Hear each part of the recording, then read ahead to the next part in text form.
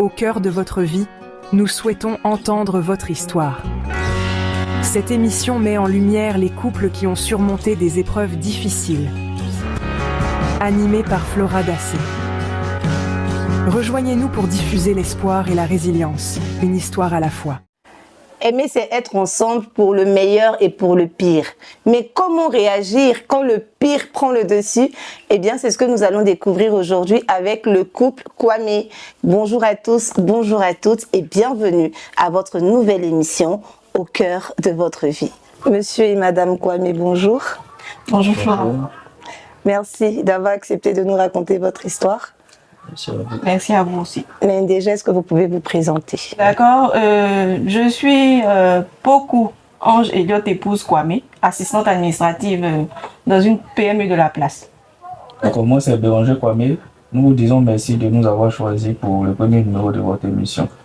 Je suis qualiticien HSE de formation et de profession, actuellement manager des opérations chez Sévère. D'accord. Alors, de ce que je sais, votre histoire a débuté en 2019. C'est bien ça. Et je vais commencer avec vous, Madame Kwame. À l'époque, vous n'aviez pas été très franche. Racontez-nous. Bon, disons que on s'est rencontrés en 2019 dans la même entreprise. C'était la première personne à m'accueillir dans l'entreprise, au fait. Et bon, il ne m'a pas avoué ses sentiments dans le début. Mais quand je suis arrivée dans l'entreprise, c'est bizarre. Tout le monde, je peux dire tous les hommes de l'entreprise, la majorité étaient des pointeurs en même temps. J'ai pas compris. Et c'est à lui que je me suis confiée en premier. Il m'a donné un conseil, non, faut pas les écouter. Or, en réalité, lui-même, il voulait le produit. Et après, bon, il m'a fait savoir qu'il me voulait et tout. Et puis bon, comme tu l'as dit, j'ai pas été franche. Je tournais. Et un jour, j'ai pas pu tenir. Tournais comment? Je lui ai pas dit non, je lui ai pas dit oui, c'est qui est sûr. Je lui ai dit ok, comme mais tu en même temps, moi je me suis engagé comme si j'étais en couple avec elle. Voilà. Je me comportais comme quelqu'un qui était en couple avec elle. Voilà. Alors que derrière... Bon, avec toutes les faveurs qui vont avec, bien sûr. Alors que derrière, elle jouait... Est-ce qu'il y avait quelqu'un d'autre en même temps que lui? Oui, il y avait quelqu'un d'autre en même temps que lui. Et bon, ça n'a pas tardé, je lui ai dit la vérité et puis on s'est séparés. On peut dire une séparation. Vu qu'il dit on n'était pas trop ensemble, mais moi j'ai considéré que... Bon, enfin, depuis qu'elle a avoué, je me suis dit qu'on n'a jamais été ensemble. Mais si elle a considéré ça que c'était le début, on va considérer comme ça. Voilà. Je m'apprêtais justement à vous demander comment est-ce que vous avez réagi le jour où elle vous a avoué sa double relation. Il était fâché. Il ne m'a pas adressé la parole pendant un mois dans l'entreprise. Il me voit, il me dépasse. Même quand il lui dit bonjour, même... Il m'a au moins pendant un bon moment. Le moment était fort. C'était un coup dur. C'était un coup dur. Imaginez-vous quelqu'un qui pense être en relation avec une personne qui fait tout ce qu'il faut. Quand je dis tout, c'est vraiment tout. On ne va pas rentrer dans tous les détails. Mais, et puis, un coup comme ça, on lui avoue que, bon, en réalité, depuis tout ce temps, j'étais avec quelqu'un d'autre. Ça a été un coup dur pour moi. Il me fallait du temps pour me retrouver. C'est ce que j'ai fait. Et puis, bon... La suite, on verra. Donc voilà, déjà, vous lui donnez un gourmet, on lui annonce qu'il y a quelqu'un d'autre. Il fait un mois, il ne vous parle pas. Peu de temps après, vous rompez avec l'homme en question et vous revenez vers M. Kwame. Quand il vous voit, qu'est-ce qui se passe à ce moment-là? Disons que quand j'ai rompu, lui-même, il ne savait pas que j'avais déjà rompu. Et c'était à une retraite, oui, à une retraite à Iré. Je l'ai invité. Et ce jour-là, je lui ai dit, bon, allons à Iré. Là, tout ce que tu me demandes, je vais te donner, allons. Il dit, tu es sûr que où on s'en va à Iré là? Je vais te donner. Il t'a dit, allons à Iré, on va aller prier. Donc, on arrive à Iré. Il dit, mais toi, tu n'as pas dit qu'on vient là, on vient dormir ensemble. Il dit, non, on est venu prier, s'il te plaît. On va se concentrer, on va prier. Il dit, d'accord, tu as bien fait. Je t'ai suivi. C'est ce que tu viens me faire. Donc, je pense qu'on était à la grotte. Et puis, il me dit, bon, on est devant la Vierge Marie. Je dis, tu me veux ou bien tu me veux pas? Si tu me veux pas, la Vierge Marie, il faut dire même tes pieds, on s'est libéré. Il dit, bon, j'ai compris. Je te donne ta chance. Et quand je lui ai donné sa chance, il m'a dit, bon, faut pas oublier que quand tu es parti là, j'ai eu quelqu'un dans ma vie. Hein. J'ai dit, ok, on va faire comme ça. Donc là, vous avez accepté d'être avec l'autre. 2 femmes pour un homme. C'est ça, ça s'imposait à elle. Mais comment ça se passait? Comment ça se passait la relation? Ah ben moi je vivais... Il vivait avec elle même voilà, déjà. Je vivais avec l'autre. Elle on venait de commencer. Donc, comme je l'ai dit, moi, je suis franc, je ne sais pas cacher mes mots. Donc, je lui ai dit la vérité, voici la situation. Je vis avec quelqu'un, donc on va essayer pour voir ce que ça va donner. Puisque, comme je l'ai dit, j'étais passé à autre chose. Donc, quand elle revient maintenant, c'est comme si on allait tout reprendre à zéro et puis on allait voir ce que ça allait donner. Voilà. Mais aujourd'hui, vous êtes marié avec elle, donc vous avez dû faire un choix entre les deux. Justement. Vous avez mis l'autre après. Justement. Ces choix-là. Il y a eu beaucoup de phases. On est passé par vraiment on peut dire tous les sentiments en même temps, le chaud, le froid, le glacé, tout. Et vous vous êtes installés ensemble. C'est bien ça. Après le chaud, le froid, le glacé, vous vous êtes installés ensemble. Est-ce qu'une fois ensemble dans la même maison, la situation est devenue plus stable? C'est devenu pire. Pas tellement, parce que c'est devenu ensemble, pire quand vous êtes installés ensemble. Oui. Pourquoi? Expliquez-nous. C'est devenu pire dans la mesure où on se met avec quelqu'un, c'est dans l'optique de l'aimer, de la soutenir, et d'être avec elle dans les bons comme les mauvais moments. Mais moi, j'étais carrément le contraire de ça. Parce qu'il n'avait pas coupé carrément avec l'autre. Voilà, j'étais carrément... L'autre qui était à la maison, que vous avez fait partir. On était censés être séparés. Pour la mettre, elle, à la maison après. Mais vous êtes resté avec elle maintenant à la maison et c'est celle de la maison qui était maintenant dehors. C'est bien ça. C'est ça. C'est bien ça. Et vous étiez au courant de tout? Bon, je ne savais pas jusqu'au jour où j'ai commencé à constater que son comportement était devenu bizarre. C'est-à-dire? C'est-à-dire, tu le sentais ailleurs même. Quand tu lui parles, il te répond oui, mais il avait tout le temps le nez fourré dans son téléphone. Tu ne sais même pas ce qu'il faisait. Même quand tu touches son téléphone net, il commence à crier. Tu fais quoi mon téléphone? Quoi? Il dit, pardon, tonton. C'est là que bon, ça commence à me revenir. Bon, il doit avoir quelque chose. Il me connaît aussi. Et si quelqu'un il est fini en recherche, si il dit il cherche quelque chose, il m'a nommé FBI. Si il dit il cherche quelque chose, il a mené mes enquêtes jusqu'à il a découvert qu'ils ne se sont pas laissés. Ils continuaient de se voir à 8 coups. Est-ce qu'il découchait? Ça lui arrivait de découcher? Bon, dans les débuts, non. Dans les débuts, non. C'est à quel moment comme ça? C'est au moment où il y a une deuxième personne qui est venue rentrer en jeu. C'est là qu'il a commencé à découcher. En plus de l'autre qui était à la maison, il y a une autre encore qui est venue s'ajouter. Et là, elle a commencé à découcher. Quelles étaient les fréquences? Quand il parle comme ça, c'est quoi? Une nuit? Dans la semaine, si tu l'as vu, c'est du lundi au vendredi. Du lundi au jeudi. Vendredi, il disparaît. Quand tu le revois encore, c'est lundi. C'est vrai? Bah, comme je le disais, vivre ensemble était censé nous rapprocher. Mais c'est devenu pire. On a aménagé en fin 2022. Oui. Voilà, fin 2022. Début janvier. Déjà, 2023. au niveau du boulot, je voyageais beaucoup, ça c'était un. Et puis, deuxième chose, comme elle a dit, il y a eu une quatrième personne, puis on était déjà 3.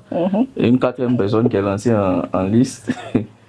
Et ce qui faisait que, comme elle le dit, quand elle me voyait, c'était du lundi au jeudi. Et c'était à quel moment déjà? Je me réveille le matin, je vais au travail, je reviens le soir.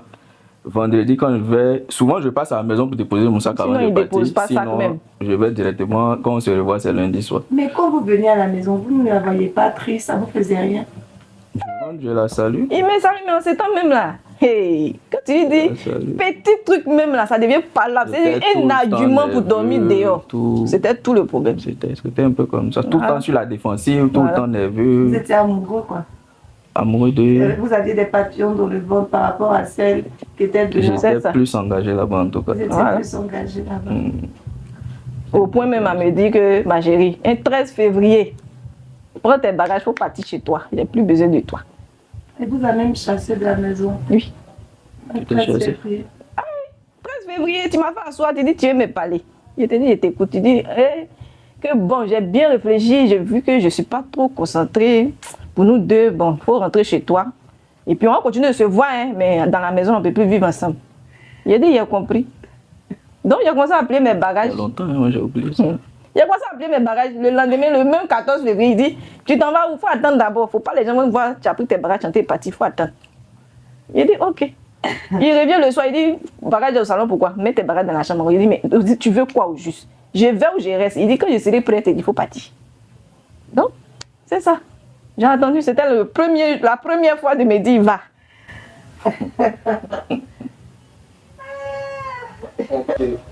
Donc, du coup, on va dire contre vous, c'était vraiment je t'aime moi non plus. Il y avait des femmes dehors, c'était assez compliqué.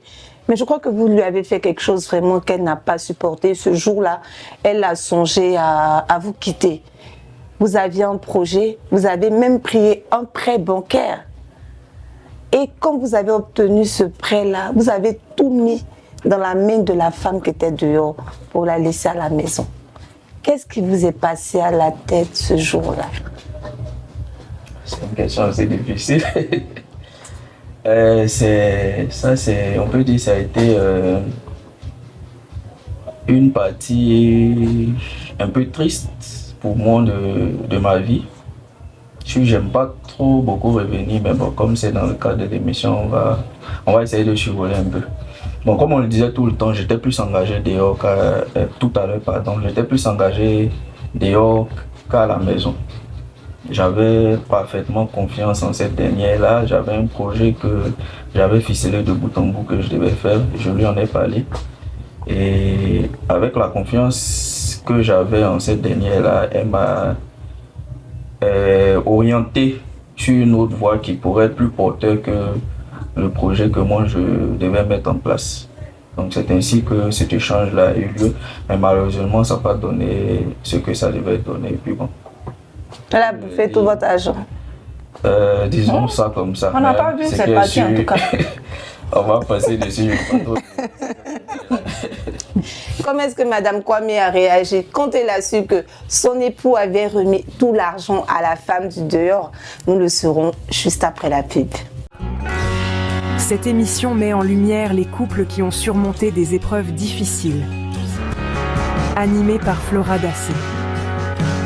Rejoignez-nous pour diffuser l'espoir et la résilience, une histoire à la fois. Si vous souhaitez faire la publicité de votre entreprise à l'intérieur au cœur de votre vie, eh bien c'est très simple. Vous pouvez nous contacter au plus 225 01 52 22 28 25 ou bien nous envoyer un mail sur lesbuzzeflora@gmail.com. Merci.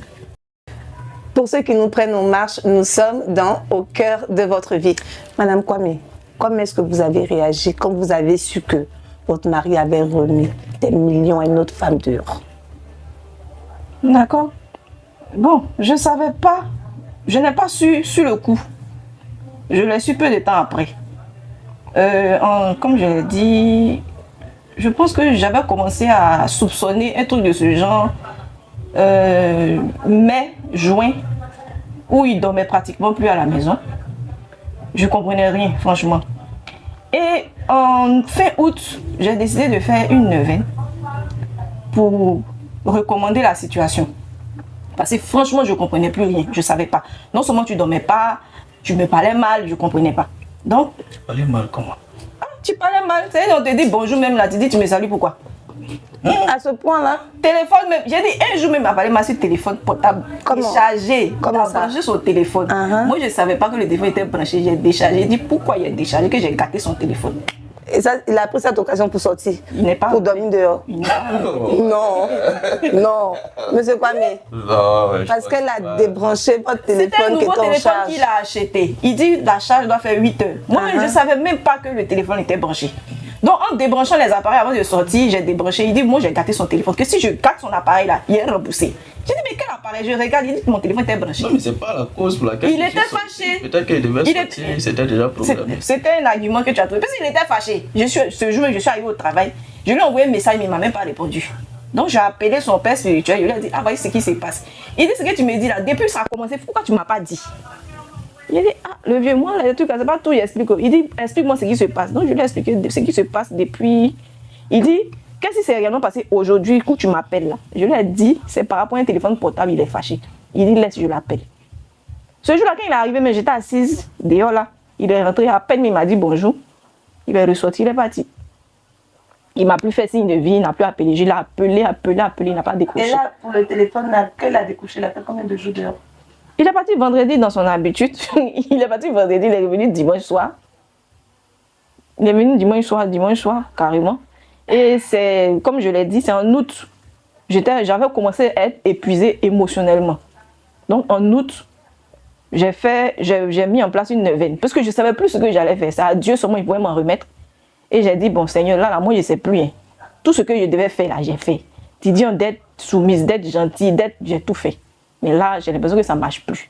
Donc, ouvre-moi les yeux pour que je comprenne ce qui se passe. Pour que je puisse m'orienter. Si je peux sauver la relation, je vais la sauver. Sinon, si je dois partir, je vais partir. Et j'ai commencé à faire la neuvaine fin août, début septembre. Et quand j'ai fait la neuvaine, j'ai commencé la neuvaine dans la semaine. Et puis un vendredi, il était sorti. Je ne l'ai pas vu vendredi, je ne l'ai pas vu samedi.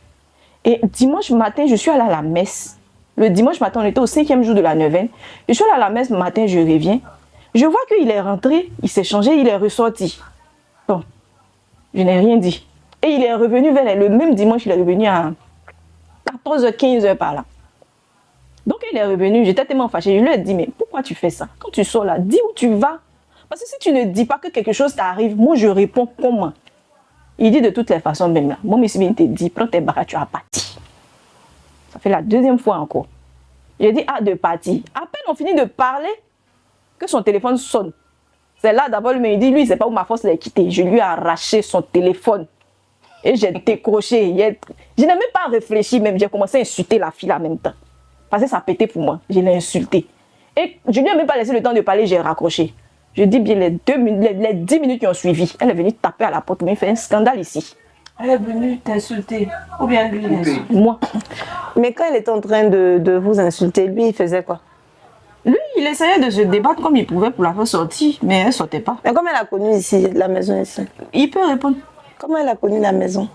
Bon, c'est une longue histoire, on ne va pas rentrer dans les détails. Il lui a montré ici. Comment ça, je lui ai montré? Il a montré. Tu étais là quand je lui ai montré. Ouais, les mains de Louga, il a soulevé. C'est qu'elle lui a montré. Mais si tu ne l'as pas montré, elle ne peut pas connaître tes yeux. D'accord. D'accord. Et donc après ça, il vous a rechassé. C'était là qu'il a dit de partir. J'ai dit que je ne bougeais pas. J'ai appelé encore son père spirituel et sa maman. Lui dit que voici ce qui se passe. Sa maman dit que tu ne bouges pas. Son père spirituel dit que tu ne bouges pas. Et comme il a dit, c'est son meilleur ami qui a souffert dans l'affaire. Parce que lui aussi, son téléphone ne respirait pas. Il dit pourquoi? Que tu ne bouges pas aussi. Et quand il est retourné, puisque quand elle a fini son scandale, elle est repartie et tout ça. Après lui-même, il est sorti et il est revenu. Et puis il a dit, arrange-toi comme tu veux, mais tu retournes chez tes parents. Il a dit, ok. Donc on a dormi le lendemain. Moi, je suis allée au travail, je reviens. C'est lui qui était parti. Lui, il a quitté la maison. Il a quitté la maison. Vous étiez où, monsieur Kwame, chez la dame en question, c'est ça? J'avais besoin de souffler. Vous aviez besoin de souffler. Combien de temps de souffle comme ça? Un souffle de 2-3 jours. 2-3 jours. 3 jours de souffle. Une semaine. Une semaine de souffle. 5 jours. 5. Ah, d'accord. Mais après, quand on vous entend parler, normalement, il n'y a plus d'espoir. Comment ça se fait qu'aujourd'hui, vous soyez mariés? Qu'est-ce qui a été le déclic? Qu'est-ce qui vous a réconcilié finalement? Disons que le déclic est venu de moi-même. Et pour ça, je vais dire merci à Dieu. Parce que j'ai commencé à me poser des questions à moi-même. C'est venu comme ça, sincèrement. J'ai commencé à me poser des questions à moi-même parce que je savais que ça n'allait pas, il y a quelque chose qui n'allait pas. De nature, je ne suis pas comme ça. J'ai commencé à me poser des questions moi-même. Qu'est-ce qui n'allait pas? Pourquoi est-ce que j'agis comme ça? Financièrement, ça n'allait pas. Mes relations n'évoluaient pas. Donc, j'ai commencé à me poser des questions. Je suis rentré en moi-même. Des prières. Et puis, bon, j'ai pris la décision de me stabiliser. Soit avec elle, soit avec une autre personne, ou bien couper carrément toute relation pour rester dans mon coin. C'est de là que c'est parti. Et puis, dans cette marche-là, il y a eu vraiment beaucoup de choses qui m'ont permis de connaître un peu les comportements plus Il a vu le vrai visage de tout le monde. Ou de l'autre. Et puis après, vous avez décidé que... Et puis, comme elle a dit, on était en août, on est parti jusqu'en fin d'année, décembre. En janvier 2023, on était couché un matin. Ça devait être en début janvier en tout cas. On venait de finir l'affaire le 1er janvier. Le matin, on s'apprêtait à aller à l'école et puis je lui ai au travail, pardon. Et puis je lui ai dit, regarde dans ton calendrier, choisis une date dans le mois de juin. Elle m'a demandé c'est pourquoi. J'ai dit choisis et puis dis-moi. Donc j'étais au travail quand elle m'a envoyé le message, je me dis que j'ai choisi le 29 juin. Et je lui ai répondu pour lui dire on se marie le 29 juin. Oh là là. Je peux signaler que je ne croyais pas. Et là, depuis le 29 juin 2024, Ils sont mariés. donc ça fait juste quelques mois que vous êtes mariés. Moi, Comment vous vous sentez aujourd'hui dans votre vie de femme mariée? Est-ce que les choses ont changé? Est-ce qu'ils continuent? Comment ça se passe? ok. Depuis le mariage, bien avant le mariage même, il a prouvé qu'il a changé. Il a prouvé dans son comportement, dans son attitude envers moi. Bon, c'est quelqu'un de nature, il est attentionné. Mais si tu as vu qu'il ne te regarde plus, c'est qu'il n'a plus ton temps. Mais il a recommencé à devenir comme avant, attentionné. Quand il veut te parler de quelque chose, il te partage son quotidien, il te partage tout. En tout cas, depuis le mariage, ça va.